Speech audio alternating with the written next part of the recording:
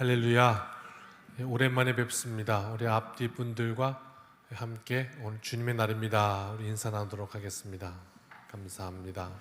또 우리 가정에 계신 온라인으로 영상 예배하는 우리 모든 교우 여러분, 우리 가족과 함께 샬롬, 주님의 평안을 서로 인사하시기를 바랍니다. 감사합니다.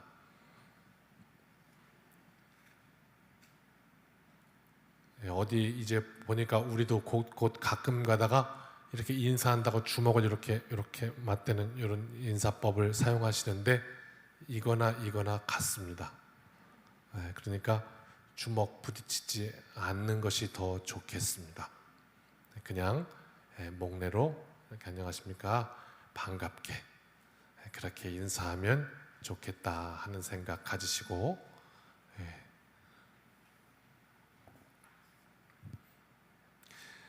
오늘 주님의 날 반가운 마음으로 다시 한번 더 주의하면서 지난 한 주간 먼저 제가 보고 느꼈던 저의 삶 가운데 생각을 하나 간단히 나누고 오늘 말씀을 살펴보겠습니다. 초등학교 앞을 지나고 있었습니다. 많은 학부모님들이 굉장히 밀집되어서 물론 마스크를 다 쓰고 있습니다. 아이들을 기다리고 있습니다. 아이들이 터져 나옵니다.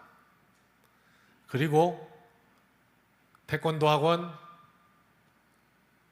또 국영수 학원, 이런 학원에 실어갈 노란 봉고차들이 줄을 서 있고 태권도복을 입은 사범 선생님 몇 분이 아이들을 여전히 기다리고 있습니다. 이런 광경을 보고 지나오면서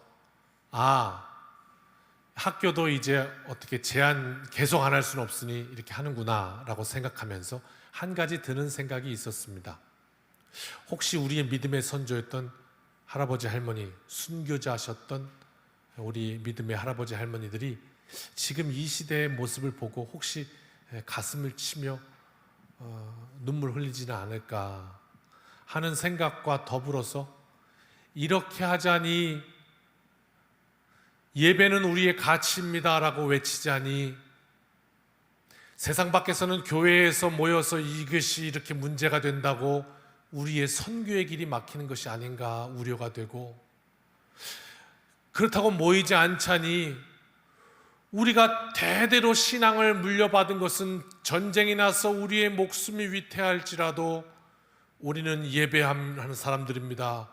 이렇게 내 생명과 바꾸었던 우리의 신앙일진데, 우리가 어렸을 적부터 머리로 배웠던 신앙은 어떠한 이 세상의 환난과 어려움이 와도 나는 예배 자리를 지키겠습니다 하는 것이 우리의 머리였는데, 실제로 우리의 삶 가운데 전쟁과도 비슷한 이러한 상황이 딱 들이닥치니까 이거 좀 그 현실과 머리 가운데는 괴리가 있지 않는가 하는, 그렇다고 우리의 신앙을 지키자니 선교의 길이 막히는가, 선교의 길을 지키자니 우리의 신앙이 무너지는가, 이 사이에서 딜레마가 찾아오면서 어찌하는 것이 하나님께서 기뻐하시는 것이겠는가 참 고민하는 한 주간이었습니다.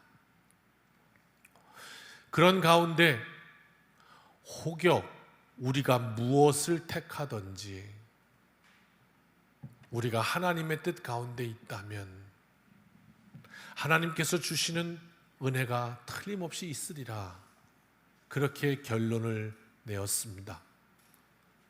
우리 2층에 보니까 두 가족, 아이들을 데리고 두 가족이 이렇게 함께 참여하고 있습니다. 혹여 우리 아이들은 말은 잘 안 듣습니다. 잘 듣나요? 좌로 그러면 우로 가는 것이 아이들의 특징입니다. 그러니까 이론으로 교육은 잘 안 되지만 우리 아이들은 아빠 엄마의 삶을 보고 배웁니다. 혹여 이 세상의 환난 풍파 가운데 우리가 믿음으로 승리할진대 예배는 이렇게 지키는 것이란다. 우리가 정말 수칙을 철저하게 지키고 서로를 배려하면서 가까이 가지 않고 그런 가운데 그러나 우리의 지켜야 할 정말 근본적인 생명과 같은 이 가치는 하나님 앞에 지켜야겠습니다. 이런 몸부림치는 몸부림, 그 가운데 우리 아이들은 또 너무나 귀한 이것이 예배구나 하는 것을 삶으로 배우는, 그렇게 성장하는 또 이 좋은 기회가 되지 않을까, 또 이 기회를 우리가 혹여 놓치고 있지는 않은가, 다시 한번 되돌아보면서 특별히 우리 아이들을 위해서 깊이 기도하는 기간이 되었으면 좋겠고, 그리고 아이들에게 정말 예배함을 우리 온라인으로 각 가정에서 드리는 여러분, 그냥 막 이렇게 아이들 신경 안 쓰는 것이 아니고 우리 함께 예배하자, 그래서 이 예배가 무엇인지를 교육하는 그런 정말 은혜의 기간이 되었으면 좋겠다 하는 지난주의 바람이었습니다. 우리 모두 함께 말씀으로 승리하기를 원하면서 오늘 말씀으로 들어갑니다. 마태복음 24장에는 이런 말씀이 나옵니다. 두 사람이 밭을 갈고 있었는데 한 사람은 데려가고 한 사람은 버렸습니다.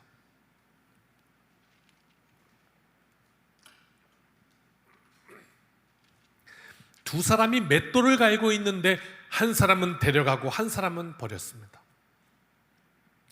이것은 예수님이 살아생전에 재림의 긴박성, 또 불예측성, 이런 것들을 말씀하신 건데, 한번 이 말씀을 가만히 들여다봅시다.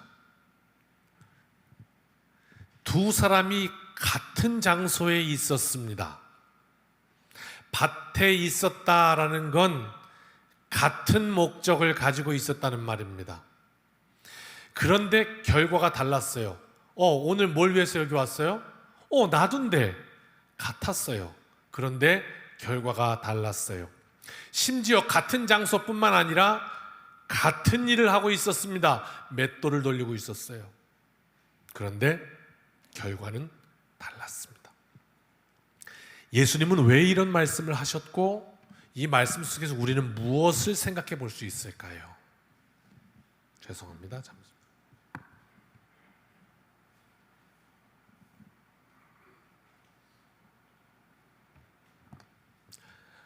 말씀이 우리에게 겁을 주거나 협박하기 위함이 아니라,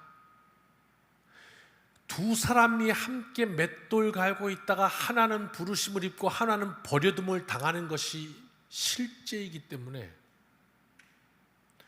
그래서 현실이니까 하시는 말씀이라고 우리가 진지하게 생각해 본다면, 우리는 나의 이 깊은 곳 신앙을 한번 돌아보고 경종을 울려야 한다, 그런 뜻이죠. 나의 신앙은, 믿음은 하나님 기뻐하실 만한가? 혹시 오늘 책망받았던 갈라디아 교회의 모습이 내게는 없는가? 돌아보고 또 깨닫고, 언제요? 지금요, 이 시간에. 그리고 또 깨달은 걸 가지고 나아가서 이 한 주간 동안 내 삶이 말씀의 힘을 얻어서 변화하고, 말씀에 돌아보니까 내 지난주에 이거 말씀에 잘못됐다, 그리고 돌아보고 이번 주에는 그렇게 똑같이 안 사는 거, 그렇게 된다면 우리는 맷돌 갈다가 부르심을 입는 말씀의 사람들이 될 것이고, 말씀을 들으나 말씀이 들리지 않고 깨달을 줄도 모르고, 또 깨달았다 할진데 여기서만 그리고 나아가서는 그 깨달음이 전혀 말씀이 내 삶 속에 영향력이 없고, 이걸 성경은 뭐라고 그러죠? 화인 맞은 심령이라 얘기하는데, 혹시 그렇게 된다면 안타깝지만 버려둠을 당할 인생이 될 수도 있는 일입니다. 둘이 함께 예배 드리다가 이렇게 될 수 있는 상황이란 말입니다. 이것이 그래서 참 무거운 말씀입니다. 이제 오늘 본문으로 돌아옵니다. 1절입니다. 그리스도께서 우리를 자유롭게 하시려고 자유를 주셨습니다. 예수님은 우리에게 어떻게 오신 분이냐? 자유 주시려고 오신 분이다.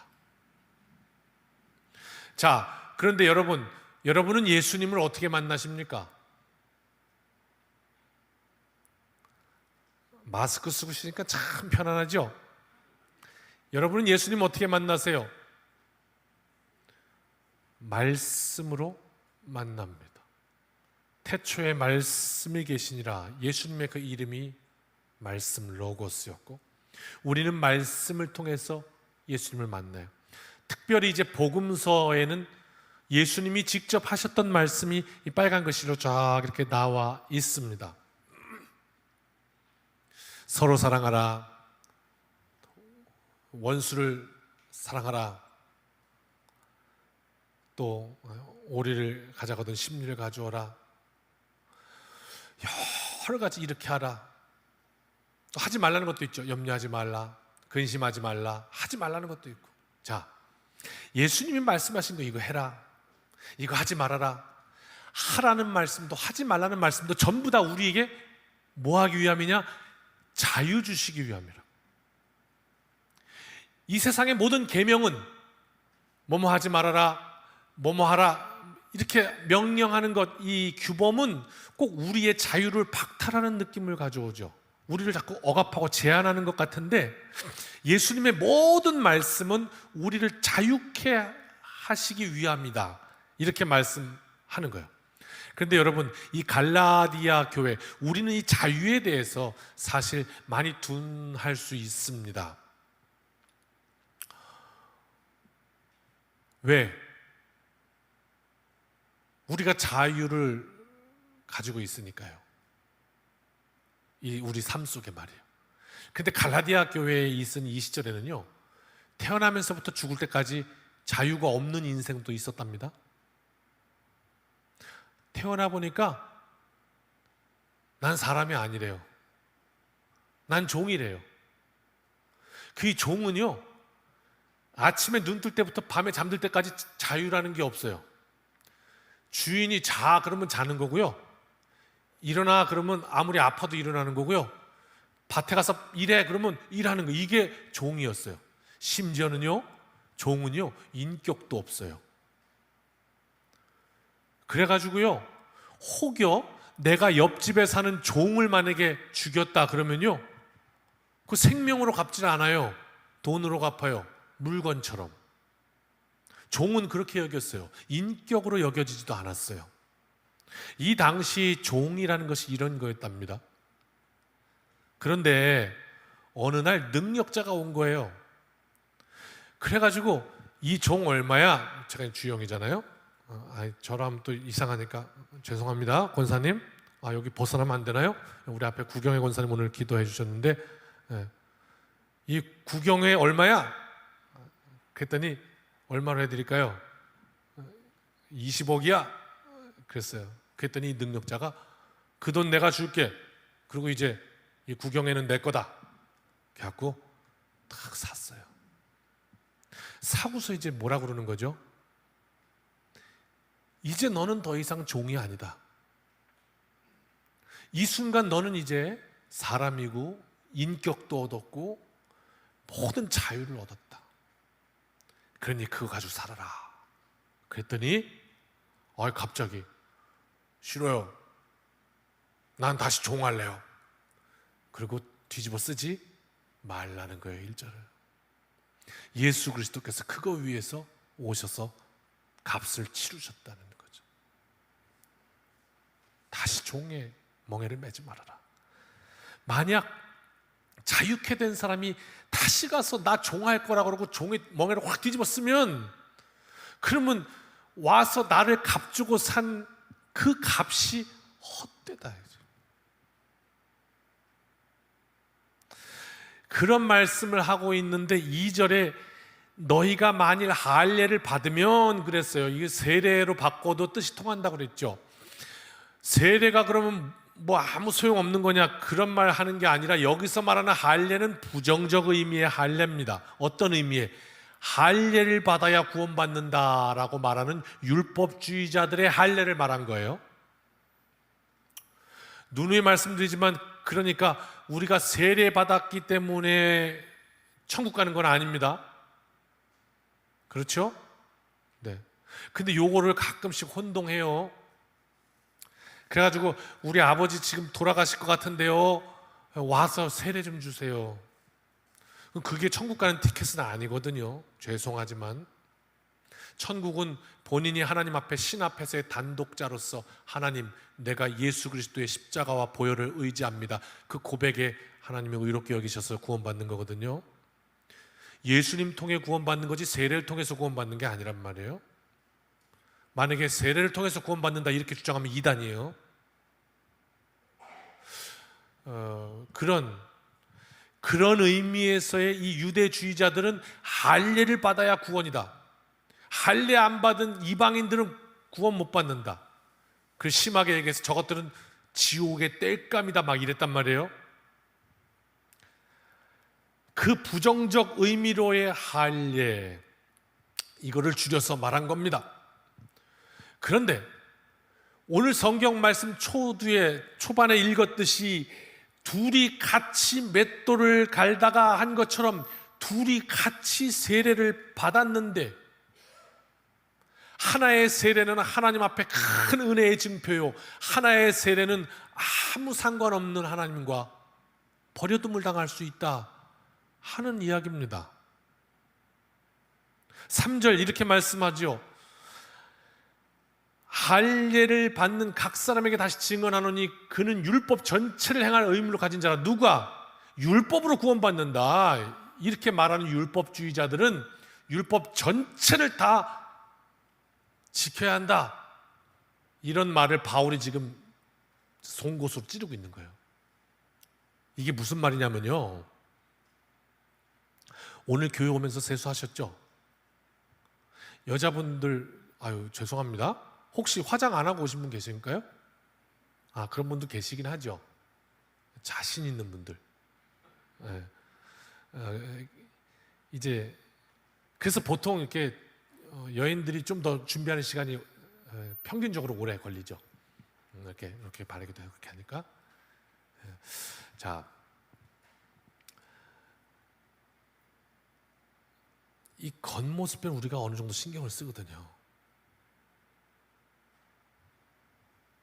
이 사람들도 율법주의자들이요, 옷을 길게 늘어뜨렸어요. 왜 그랬냐면요, 그게 거룩해 보였거든요.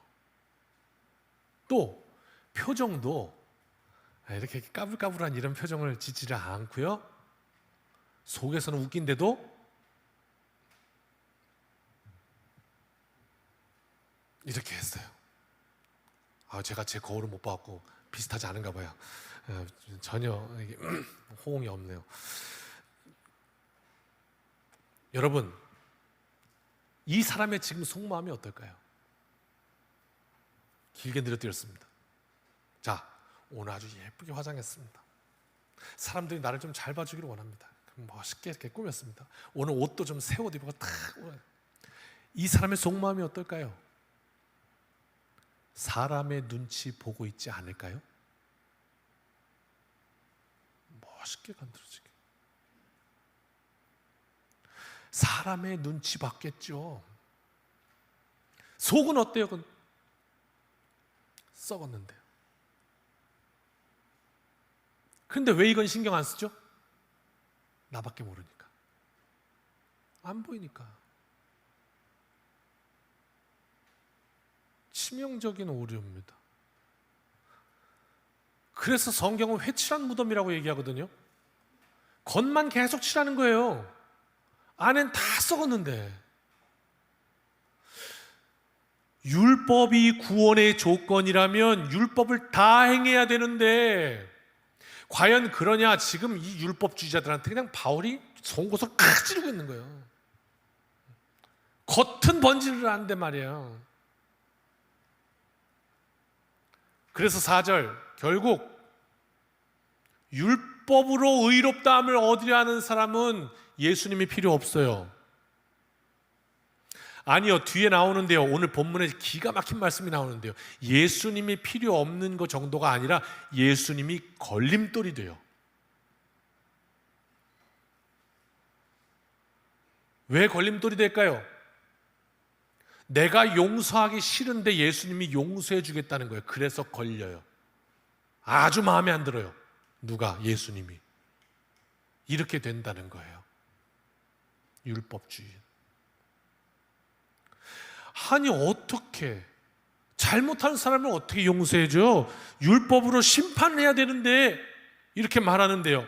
그런데 사실 더 정확히 말하면 뭐예요? 겉모양은 보여요. 속은 안 보인단 말이에요. 더 정확히 안을 내려다보면 뭐예요? 율법을 어겨서 심판하는 것이 아니라 내가 꼴 보기 싫은 거예요. 교회에 딱 왔네요. 옷을 길게 입었습니다.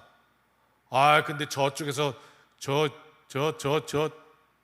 청년 하나가 나한테 인사를 안 하네. 저런 건방진 놈 있나? 저거 오늘 어떻게 할까?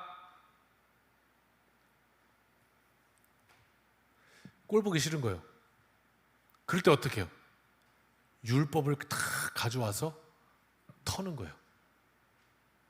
채로 털듯이. 그럼 뭐 하나 나오겠죠. 그러면 너는 율법으로 어긴 자야 이렇게 나오는 거예요. 사실은 뭐죠? 내가 꼴 보기 싫은 건데. 이런 일 없어요? 자기 꼴 보기 싫은 사람을 하나님의 이름을 빌려갖고 심판하고 있다고요. 이것이 갈라디아 교회의 율법주의였어요. 우리 어때요? 누가 꼴 보기 싫단 말이에요. 김 집사님이 말입니다. 영 눈에 거슬려요. 그래서 어떻게 해요? 뒷담화를 하죠. 김 집사는 왜 저렇게 겉과 속이 다르냐? 그러면 그 말하는 당신은 겉과 속이 같습니까? 김 집사는 김씨만 넘어가니까 안 되네. 이 집사는 왜 이렇게 돈을 밝히냐? 그러면 당신은 돈을 밝히지 않습니까?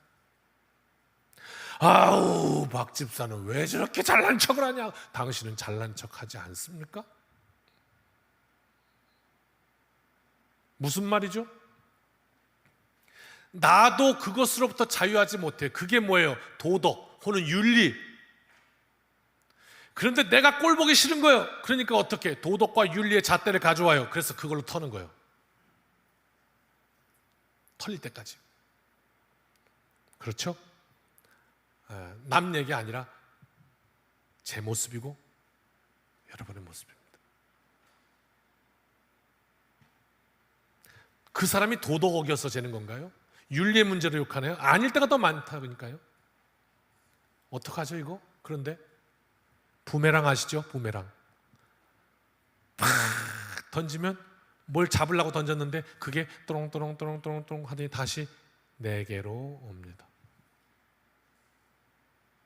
4절, 그래서 율법으로 의롭다함을 얻으려 하는 자들은 예수님과는 상관이 없게 된대요.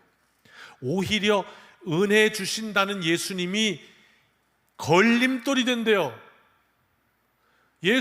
저는요 예수님이 은혜 안 주셨으면 좋겠어요. 쟤는 내가 심판해야 되는데. 그랬더니 예수님이 용서해라 그러니까 안 된다고요. 걸리는 거예요. 걸려. 예수님이 걸려요.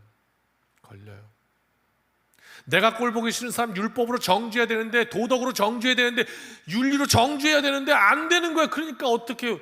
용서하래잖아요. 그러니까 걸려요. 걸림돌이에요. 걸림돌. 눈에는 눈 얼마나 좋아. 그냥 내가 당한 만큼 그대로 갚아줘야지 시원할 것 같은데 안 된대잖아요. 그러니까 걸리는 거예요. 걸림돌. 누구에게? 유대인들에게, 율법을 가지고 있던 자들에게, 율법으로 하는 거라고 하던 사람들에게 걸린다고요. 뭐가요? 복음이요. 그래서 11절 나오는 거죠. 형제들아, 지금까지 내가 할례를 전했다면, 이 사도 바울도 율법주의자였잖아요. 그러다가 어느 날 예수님 만나고 용서의 은혜를 입고 확 뒤집어져서 복음의 사도가 됐잖아요. 내가 만약에 지금까지도 그때 율법주의자로 계속해서 여태까지 나왔더라면, 그러면 십자가의 걸림돌이 제거되었을 거야. 이 말 잘 이해하셔야 됩니다. 십자가의 걸림돌이 제거되었다는 말이 무슨 말이냐면, 자, 예수님이요 그 당시에 계셨죠. 그런데 그 예수님 계실 때보다 훨씬 더 이전에, 한 수백 년 전, 400년 이상 전에 이사야라는 사람이 살았답니다. 그런데 이 이사야가 뭘 했냐면, 하나님 주시는 영감으로 말미암아 예언이라는 걸 했어요. 하나님의 뜻이 이 땅 위에서 어떻게 이루어질지를 미리 보고 말했단 말입니다. 무엇에 대한 예언이었는가 하면 메시아에 대한 예언이었어요. 이제 수백 년 뒤에 오실 그리스도에 대한 예언을 했단 말이에요. 어떤 예언을 했는고 하면 오늘 이 십자가의 걸림돌과 관계되는 거예요. 그가 성소가 되시리라, 이렇게 예언을 시작해요. 그는 그리스도죠. 메시아죠. 메시아가 오시면 그가 성소가 된다. 무슨 얘기냐? 하나님 앞에 예배하는 처소가 된다. 예배의 대상이 된다. 이렇게 말씀한 거예요. 그러면서 그렇지만 그 그리스도 메시아가 오시면 이스라엘의 두 집에는 걸림돌이 될 거라고요. 이게 뭐냐? 메시아 예언이었어요. 수백 년 전에 앞으로 뒤에 미래에 그리스도가 오실 건데 그분은 지금 믿는 유대인들에게 걸림돌이 될 거다. 이스라엘에게. 이게 예언이었다고. 수백 년 전에 오죠.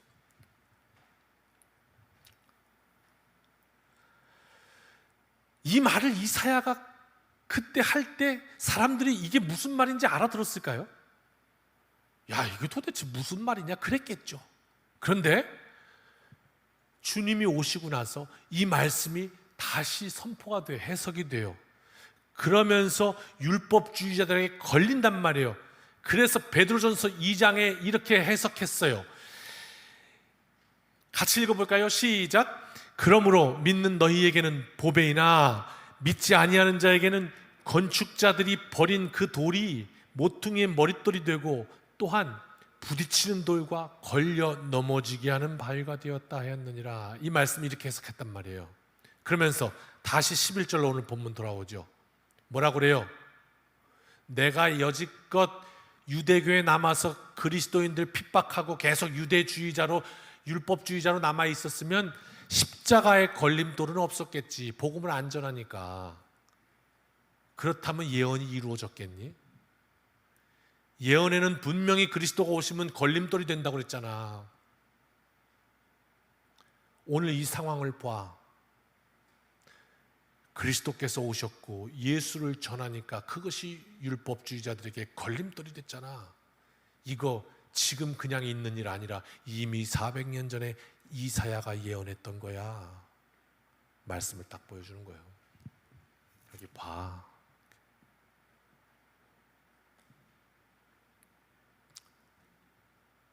그렇습니다. 빛이 오면요, 어둠이 있을 곳이 없어요. 싫어요. 걸림돌이에요. 그리스도께서 오시니까요,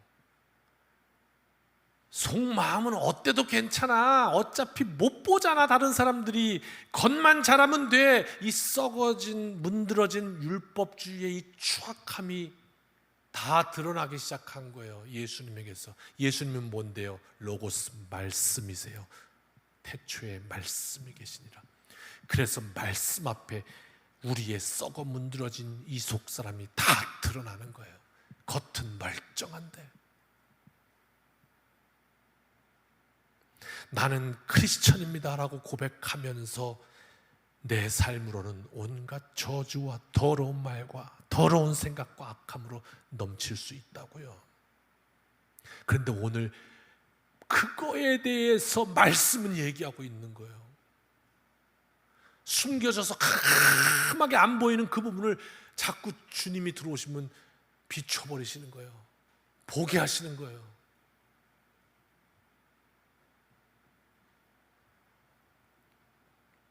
율법주의자가 되면 그거 상관없어요.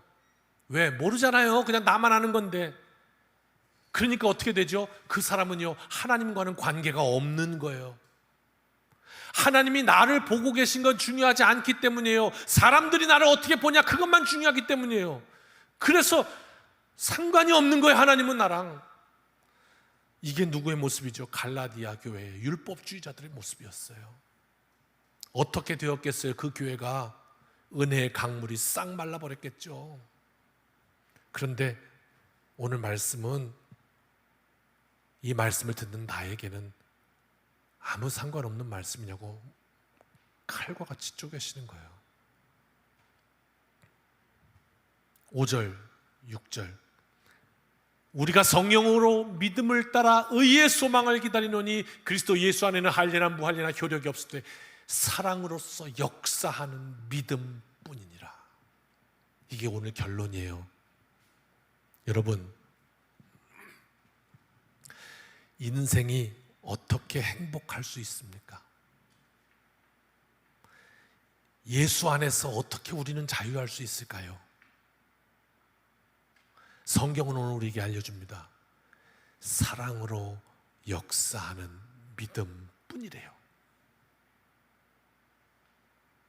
초등학교 어린아이까지 다 이해할 수 있는 언어로서 표현하자면 이런 겁니다. 사랑하는 거래요. 그런데 사랑하면 역사한대요. 이거는 히스토리라는 뜻이 아니죠. 예. 이 세계의 역사할 때 그 역사가 아니에요. 일한다는 뜻입니다. 사랑하면 일한대요. 누가? 하나님이 거기서. 내가 사랑하면 하나님이 일하실 거야 라고 믿는 믿음이래요. 그게 그 믿음이 뭐냐면 하나님이 보실 때는 5절 말씀 의라는 거예요.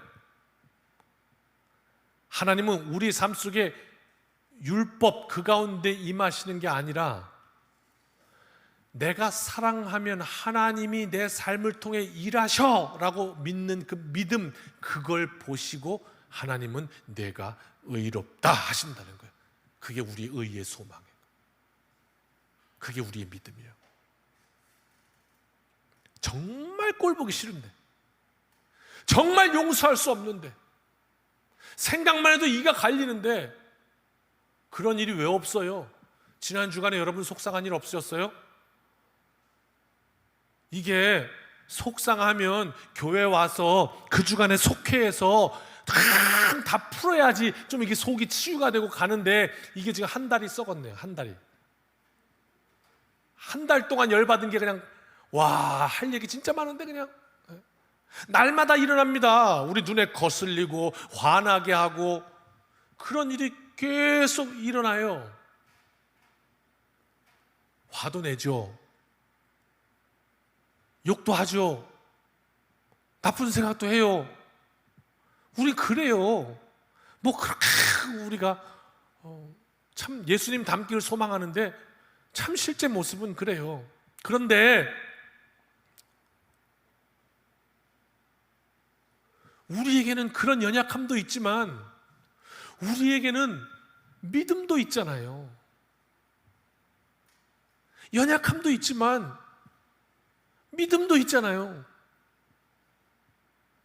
세상 사람들은 이게 없어서 연약한 대로 그냥 버려져 살지만 우리는 그 어려운 시험 가운데 누가 밉거나 누가 용서가 안 되거나 누가 힘들거나 정말 화가 나게 하거나 할 때 우리에게 믿음이 있잖아요. 세상 사람들이 없는 거 믿음이 있잖아요. 어떻게 해요?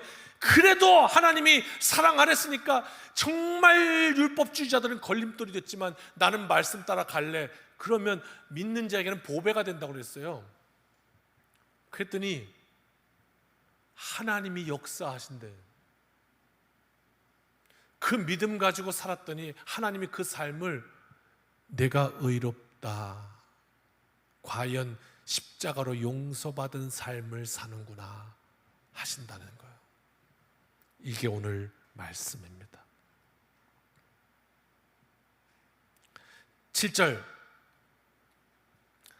인생을 다름질로 비유했어요. 열심히 달려요. 잘 달리던 인생이 삐끗할 수도 있어요. 넘어질 수 있잖아요. 한 번도 안 넘어지고 달린 인생이 어디 있나요? 다 넘어지잖아요. 잠시 목표를 잃어버릴 수도 있어요. 슬럼프가 있을 수도 있어요. 갑자기 우울감에 어쩔 줄 모를 수도 있어요. 괴로운 나날이 우리 앞에 있을 수도 있어요.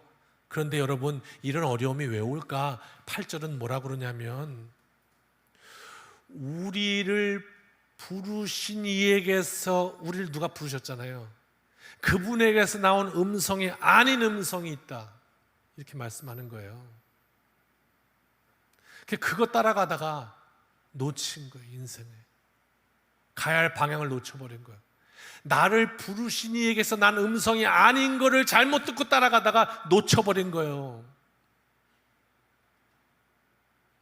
그래서 9절, 그 놓쳐버린 아무렇지도 않게 아이 뭐 이것쯤이야 괜찮겠지 했던 요만한 누룩이 온 인생을 망가뜨리는 거예요. 인생 전체를 잡아먹는다고요. 이것이 오늘 갈라디아서의 말씀입니다. 결론을 맺겠습니다. 무슨 말입니까? 인생이 그리스도의 은혜에서 벗어나면 회칠한 무덤과 같이 속은 다 썩어 문드러졌는데 겉모양만 신경 쓰고 속으로는 이를 갈고 있는데 겉으로는 웃는 척하면서. 그런데 여러분, 제가 한번 나누고 싶습니다. 이 인생이 행복할까요? 겉에는 계속 회치를 하는데 안에는 막 썩어 있고 분노로 가득 차 있고 미움으로 가득 차 있고 어떻게 하지 모르고 악한 생각으로 이렇게 되면 그 인생이 행복할까요? 날마다 내 이거 누구한테 들키면 어떡하지? 그 인생이 평안할까요? 예수님이 말씀하시는 거죠. 내 사랑하는 아들아, 내 사랑하는 딸아, 다른 것 때문에 아니라 내가 너에게 말한 거니까, 그래 내가 예수님 믿으니까 내가 말 듣는다. 그리고 내가 사랑하면 하나님이 그 속에 역사하신댔으니까 내가 그래 순종한다. 그 믿음을 보시고 하나님이 네가 의롭다 하신다고, 칭의, 네가 예수님의 사람이다 하신다는 거죠. 그랬더니 그 믿음 가지고 그렇게 살았더니 그 삶에 성령께서 역사하셔서 그리스도께서 우리의 인생에 자유를 주신다는 거예요. 종으로 사는 거 아니고 예수님의 값으로 사셔서 내가 너를 자유케 하노라. 너는 하나님의 아들이다. 이렇게 불러주신다는 거예요. 이 한 주간 우리를 자유케 하시는 예수님의 은혜, 그 십자가를 꼭 붙들고 승리하시기를 주님의 이름으로 축원합니다. 기도드리겠습니다. 하나님, 말씀을 나누었습니다. 각자의 인생에 성령 충만으로 응답하여 주옵소서. 예수님의 이름으로 기도합니다. 아멘.